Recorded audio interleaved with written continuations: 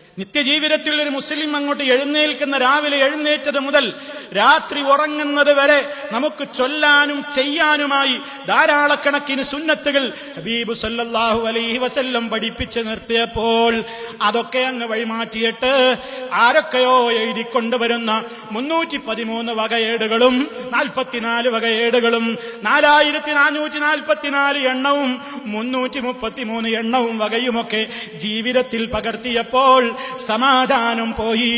ശൈത്താനികമായ രൂപത്തിലുള്ള പ്രശ്നങ്ങൾ സമൂഹത്തിൽ വിളയാടി തുടങ്ങി. ഇവിടെയാണ് അബദ്ധം വന്നത്. അതുകൊണ്ട് ശരിയായ മതത്തിന്റെ ആ ശരിയായ തത്വങ്ങളിലേക്ക് മനുഷ്യൻ മടങ്ങി വരലേ നിവൃത്തിയുള്ളൂ. അവിടെ അവനെ രക്ഷിക്കുന്നവൻ റബ്ബാണ്. അവന് ഉപദ്രവം വരുത്താനും ഒന്നിനെ കൊണ്ടും കഴിയൂല. പുറത്തേക്കിറങ്ങുമ്പോ കണി കാണൽ മുസ്ലിമീങ്ങൾക്ക് പോലും വല്ലാത്തൊരു ഭയം.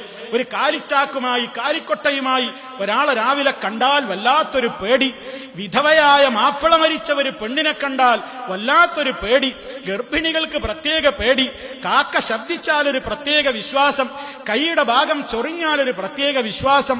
അതുപോലെ തന്നെ ഗൗളി ശബ്ദിച്ചാൽ, പല്ലി ചെലച്ചാൽ അതിനൊരു പ്രത്യേക വിശ്വാസം. കരിമ്പൂച്ച വിലങ്ങ് ചാടിയാൽ അതിനൊരു പ്രത്യേക വിശ്വാസം. ഇങ്ങനെ ഒരു 100 കൂട്ടം അന്ധവിശ്വാസങ്ങളിലേക്ക് ഈ സമുദായം പോകുമ്പോൾ അതേ വീട് വീടാന്തരം കയറിയിറങ്ങിക്കൊണ്ട് ഈ സമൂഹത്തോട് പറയുന്നു, ഇല്ല, മാനവ സമൂഹത്തിന്റെ മാർഗദർശനത്തിന് വേണ്ടി റബ്ബ് അവതരിപ്പിച്ച ഇസ്ലാമിൽ ഇതൊന്നുമില്ല. അതിന്റെ ശരിയായ റൂട്ടിലേക്കുള്ള മടക്കമേ നിവൃത്തിയുള്ളൂ. ദിവസത്തെ ചീത്ത പറയുന്നവരില്ലേ, ദുർദിനങ്ങളെന്ന് പേര് പറയുന്നവരില്ലേ, ഇന്ന ദിവസം കല്യാണത്തിന് പറ്റൂല, വാഹനമോടിക്കാൻ പറ്റൂലെന്ന് പറയുന്നു.